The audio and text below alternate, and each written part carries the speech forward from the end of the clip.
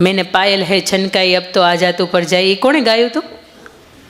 હા, ફાલ્ગુની પાઠક, હે ને? ફાલ્ગુની પાઠક જ ને, હું ભૂલ ન કરતી હોય તો. ફાલ્ગુની પાઠક એના પપ્પાને ત્યાં ચોથું સંતાન, એટલે ચોથી દીકરી. થોડી મોટી થાય, એના પપ્પાને કે પપ્પા તમે મુરઝાયેલા કેમ રહ્યો છો, કંઈ ચિંતા છે? એટલે કે ના ના બેટા, પણ મને થોડુંક એવું હતું કે તું દીકરો થઈને આવી હોત ને તો સારું હતું. આ 3 દીકરીઓ છે ને ઉપર ઢંકાઈ જાવ, આપણે આવો શબ્દ વાપરીએ કે ઢંકાઈ જાય. તો 4 દીકરીઓ હોય તો હું કંઈ ખુલ્લી છે? 4 દીકરીઓ ઢંકાયેલું જ તમારું ઘર છે, તમારું છતને ઢાંકીને રહી છે. ચોથી દીકરી હતી ત્યારે એ 5-7 વર્ષની ફાલ્ગુની પાઠક હતી, નક્કી કર્યું કે બાપુ આમાં બીકવાનું ન હોય, આમાં કંઈ ડરવાનું ન હોય, અને આમાં કંઈ નિસ્તેજ કે ચહેરો ઉતરી જાય એવું કાંઈ ન હોય. તમે ચિંતા શું કરો, દીકરો નથી એટલે હું પણ દીકરાની જેમ જીવીશ. અને એ ખરેખર દીકરાની જેમ જીવી. 2017ની અંદર હમણાં જે મેં તમને કહ્યું એમ કે દાદા સાહેબ ફાળકે એવોર્ડ છે એમને એનાયત થયો. અત્યારે એની 54 વર્ષની ઉંમર છે, લગ્ન નથી કર્યા અને મા બાપને સાચવે છે. જરૂરી નથી કે દીકરો હોય એ જ સાચવે, દીકરીઓ હોય એ સાચવે. અને બીજું કે ઘણા પરિવારને એવું હોય કે દીકરીઓ હશે તો ભણવાનો XYZ ને ખર્ચો ને એટલું, પણ મને એટલી ખબર પડી કે દીકરીને મા બાપ હોય ને એમાં દેવા નથી થતા. કારણ કે દીકરીને જ્યારે ભગવાન મોકલતો હોય ને નીચે જે પરિવારને કે જે આપણા આખું દંપતીની વચ્ચે, ત્યારે ભગવાન એને એમ કહેતો હોય કે બેટા ચિંતા નહીં કરતી હો, તારા મા બાપનો ખ્યાલ હું રાખીશ, તારા બાપની માંથી એક રૂપિયાનું લેણું નહીં થવા દઈ ને એનું ચિંતા હું કરીશ. અને દીકરાને જ્યારે મોકલતો હોય ને જે પરિવારની અંદર, ત્યારે દીકરાને એ ટકોરો મારીને કહેતો હોય જોજે હો મોકલું છું, વૃદ્ધાવસ્થા હેરાન ન થાય, બાપને તારે સાચવવાના છે. આ ભગવાને તે કંઈક કહીને મોકલતો હોય. અને દીકરીને કદાચ એ દીકરો હોય કે દીકરી હોય, પણ આપણે ગર્વ કરવો જોઈએ કે મારું સંતાન છે ને હું એને શ્રેષ્ઠ બનાવીશ. એ કદાચ દીકરો હોય કે દીકરી હોય, કોઈ સ્વરૂપ હોય એનાથી ફેર નથી પડતો. એનાથી થોડીક દીકરી મોટી થાય એટલે મા બાપ સ્વપ્ન જુએ કે મારી દીકરી શું ભણશે, શું બનશે. દરેક મા બાપ હશે ને એની પાસે એક સ્વપ્ન હશે. અને કદાચ હું એવું માનું છું કે અહીંયા બેઠેલા માતાઓ છે એ નહીં ભણ્યા હોય, એટલે એને કદાચ એક ખ્યાલ નહીં હોય કે કઈ ક્ષેત્રની અંદર મારી દીકરી છે એને મૂકી શકાય. અત્યાર સુધીમાં લગભગ દુનિયાના દરેક ક્ષેત્ર એવા હતા કે જ્યાં દીકરો હોય ને ત્યાં તે દીકરી હોય. આ પંખા ચાલુ કરવા જ કરી દેજો, હવે થોડીક ગરમી થશે. હા, જેને નજીક થતા હોય ને એ ત્યાંથી ચાલુ કરી દેજો, અગવડતા ન થાય ને કોઈને એવી રીતે.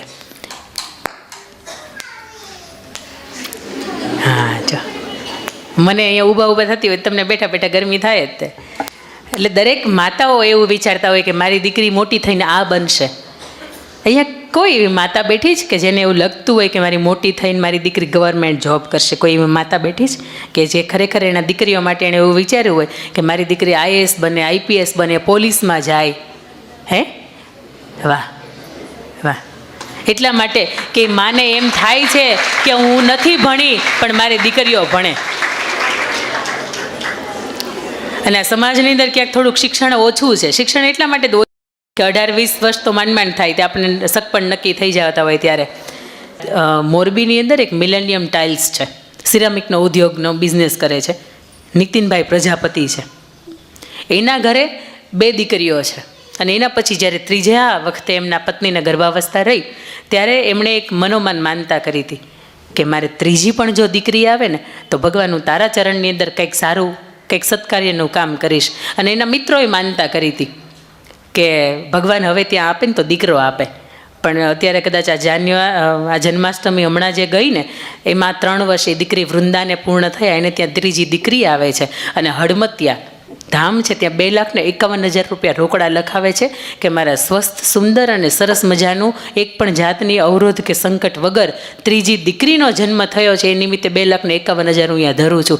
ત્યારે અંદર જે પૂજા કરતા હતા ને એ લોકોને એમ હતું કે દીકરી ભૂલમાં શબ્દ લખાઈ ગયો છે, ત્રીજો એટલે દીકરો લખાવો જોઈએ અને દીકરી લખાઈ ગયો છે. ત્યારે પૂજારીએ લોકો એવું કીધું હતું કે નીતિનભાઈ તમે ભૂલ કરી છે, આ શબ્દ દીકરો લખવાનો હતો ને દીકરી લખાઈ ગયો છે. ત્યારે નીતિનભાઈ એવું કીધું હતું કે નહીં, મારે ખરેખર સંતાનમાં ત્રીજી દીકરી આવી છે ને એટલા માટે હું 2,51,000 ધરું છું.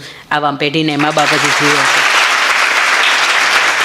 અને મારે આંગણે પણ મારે જોડવા દીકરીઓ 2 છે અને 3.5 વર્ષની. એટલા માટે હું કુખ્યાથી બોલી શકું કે 2 કે 3 દીકરીઓના મા બાપ હોય ને ખરેખર આજના સમયની અંદર ભાગ્યશાળી છે.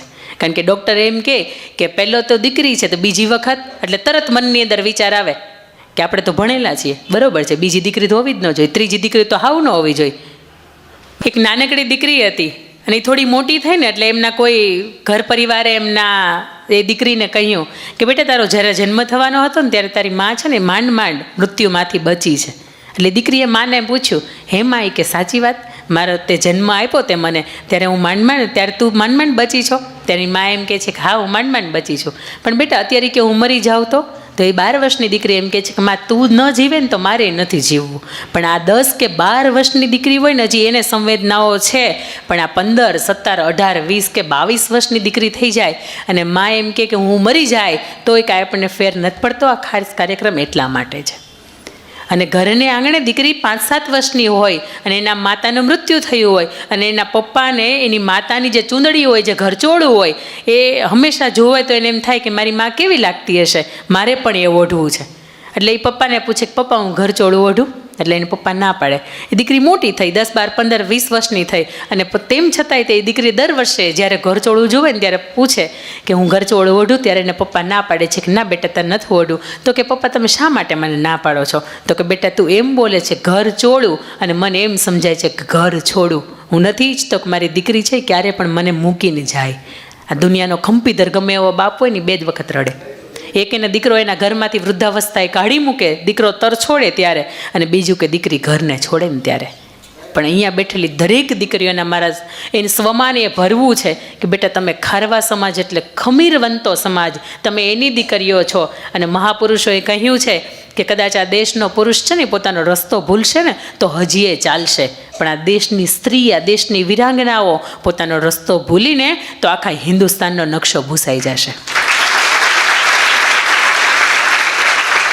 એટલે દીકરીનો જન્મ થાય ત્યારથી લઈને દીકરીના ઘરે એક બીજા સંતાનનો જન્મ થાય અને દીકરી અલગ અલગ અવસ્થાઓમાંથી પસાર થાય ને એ દરેક અવસ્થાને મારે ખુમારી ભર્યા એક નવા જે આપણે સત્ય ઘટનાઓ બની ગઈ છે. અમુક વાત એવી છે કે જે તાજેતરની છે, અમુક વાત એવી છે કે જે ઇતિહાસની છે, પણ નારી રત્નોની ખાસ મારે વાત છે ને એ આપની સમક્ષ મૂકવી છે કે આપણા હૃદયની અંદર અંકિતાબેન મુલાણી જીવનમાં ફરીથી અહીંયા આવે કે ન આવે, પણ તમારા હૃદયની અંદર એક ખુમારી ભરીને જાઓ કે ખબર પડે કે આપણાથી આમ ન જ કરાય. અને આપણા લોક સાહિત્યની ભાષામાં તો એવું કહેવાનું છે કે જ્યારે આપણી દીકરી છે ને સામા સૂરજ ઉગ્યો હોય ને સામી ચાલી આવતી હોય ને તો સૂર્યનારાયણને અવળું ફરી જવું પડે કે હિન્દુસ્તાનની દીકરી ચાલી આવે છે, મારે એનાથી સામે ન જવાય. આ દીકરીઓનું તેજ છે, દીકરીઓનું સત્વ છે, એવું સત્વ છે. પણ અહીંયા ખાસ મારા માતાઓ બહેનો બેઠી છે ત્યારે એમ કેવું છે ઘણી દીકરીઓ એવું કે આપણે મેકઅપ કરીએ તો જ સારા લાગીએ, પણ પુરુષો બિચારા મરી જાય બિલ ભરીને. પણ એ બહેનોને, એ દીકરીઓને મારે ખાસ કહેવું છે કે બેટા આપણે બે સ્ત્રી દુનિયાની સુંદર લાગતી હોય. એક એવી સ્ત્રી કે પોતાના ઘર પરિવારને પ્રેમ આપી શકે અને સામે પ્રેમ પામી શકે, એ સંતાનોની સેવા કરી શકે અને વૃદ્ધાવસ્થાએ સંતાનોની પ્રેમ, એનો સંતાન, એનો સ્નેહ છે એ પામી શકે. આવી સ્ત્રી છે એ સુંદર લાગતી હોય, એને મેકઅપની જરૂર ન પડે. અને બીજી એવી સ્ત્રી કે જેનું અંદરનું સત્વ છે, જેનું ચરિત્ર છે ને એ ઉજળું હોય. જેનું ચરિત્ર ઉજળું હોય ને સ્ત્રીના ચહેરા ઉપર રીતસરનું તમને દેખાય આવે. તમે જોયું હશે કે જે સત્સંગી બહેનો હશે ને એના ચહેરાના તેજ છે ને બહુ અનોખા હોય. કારણ એને તો રૂપનો ત્યાગ કરીને દીક્ષા લીધી હોય, તેમ છતાંય તેના રૂપ દેખાય આવે એનું કારણ એ છે કે એની અંદરનું બ્રહ્મચર્ય છે ને એ જીવતું હોય, એની અંદરનું સત્વ છે ને એ જીવતું હોય. દિલ ઉપર એક વખત હાથ રાખીને જજો. અને લગ્ન થતા ને તો અહીંયા લગભગ બહેનો દીકરીઓ બેઠા હશે ને એને ખબર હશે કે પહેલી વખત જ્યારે હસ્તમેળાપમાં દીકરીઓનો હાથ સોંપવામાં આવે ને ત્યારે હાથ ધ્રુજતો હોય.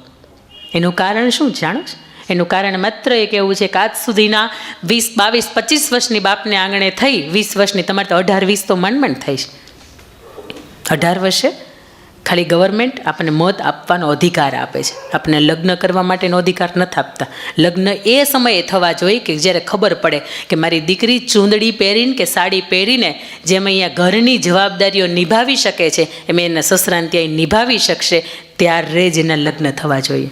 18 વર્ષની થઈ ગઈ કે 19 વર્ષની થઈ ગઈ અને આપણે આપણી દીકરીઓના લગ્ન કરી નાખીએ અને પછી એ દીકરી આપણી સામું બોલી ગઈ, દીકરી સાસુના મેણા ટેણા સાંભળી ન શકી, દીકરી જેઠાણીનું કંઈ ન સાંભળી શકી, દીકરીને કેમ બોલવું કેમ નહીં. એ હું નથી માનતી કે 18 વર્ષની 19 વર્ષની ઉંમર હોય તો આપણામાં બહેનો એ પરિપક્વતા હતી, આપણી દીકરીઓની અંદર એટલી સહનશક્તિ નથી. અને સહનશક્તિ નથી ને એટલા માટે હું માનું છું કે એક વખત ગાંઠ બાંધજો, મારી દીકરીના 20 વર્ષ પહેલાં તો લગ્ન નહીં જ થવા દો. અને તમે એમ કહો કે ઘરના પુરુષને કે 20 વર્ષની દીકરીને ભલે સગપણ નક્કી કરી નાખો, પણ ઘરને આંગણેથી જ્યારે મંડપ પહોંચીને એ દીકરી વળવી જોઈએ ને ત્યારે 20 વર્ષની તો ઉંમર થવી જ જોઈએ. ખાસ એટલા માટે હું કહું છું કે 20 વર્ષની ઉંમર હોય ને એ થોડીક પરિપક્વતાની ઉંમર હોય કે સાસુ કદાચ એમ કહી દે કે તારે એમ નથી કરવાનું તો એને લાગી ન આવે, એને એમ ન વિચાર આવે કે આ તો બધા મારે હવે આપઘાત કરી લેવો જોઈએ, મરી જવું જોઈએ, એમ સમજાય છે? આ ઉંમર છે ને એક એટલા માટે મહત્ત્વની છે. બાકી તમે 15 વર્ષની ઉંમરે લગ્ન કરી નાખો ના નથી, પણ પહેલાં બિચારા જેટલા પણ આપણા યુગ પુરુષો થઈ ગયા, બાળ ગંગાધર રાવ તિલક કે જેણે બેટી દૂધમાંથી બચાવો, બેટીનો જન્મ થતો ને મારી નાખતા, સતી પ્રથા હતી, એના પછી કે પુનઃવિવાહ લગ્ન હતા, એના પછી કે બાળ વિવાહ લગ્ન હતા, આ બધા રૂઢિચુસ્ત એક સમાજના એક નિયમો હતા. અને તમને કદાચ એમ થાય કે 18 વર્ષની દીકરી થઈ ગઈ ને આપણે સાસરે વળાવી દઈએ કે આપણે જવાબદારીમાંથી છૂટા, યાદ રાખજો બહેનો કે ડબલ જવાબદારી છે તમારી.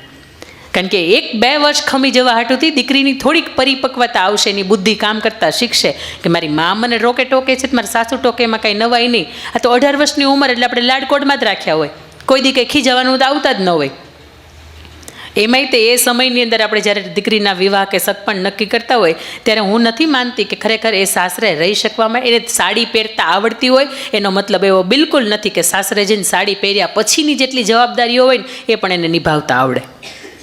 એના માટે અમુક ઉંમરની જરૂરિયાત છે.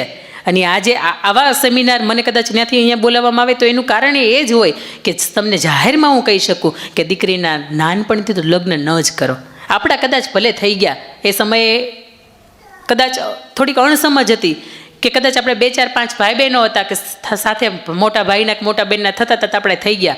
પણ આજની બહેનો છે એને મારે ખાસ કહેવું છે કે આજના ભાઈઓ તો કદાચ અહીંયા નથી, અને તમે કદાચ ભાઈઓને એમ કહો કે દીકરીને 2 વર્ષ ખમી જાઓ તો ભાઈઓ હું નથી માનતી કે ના પાડે, અને ના પાડતા હોય એને કહેજો મની મારી યાર વાત કરે.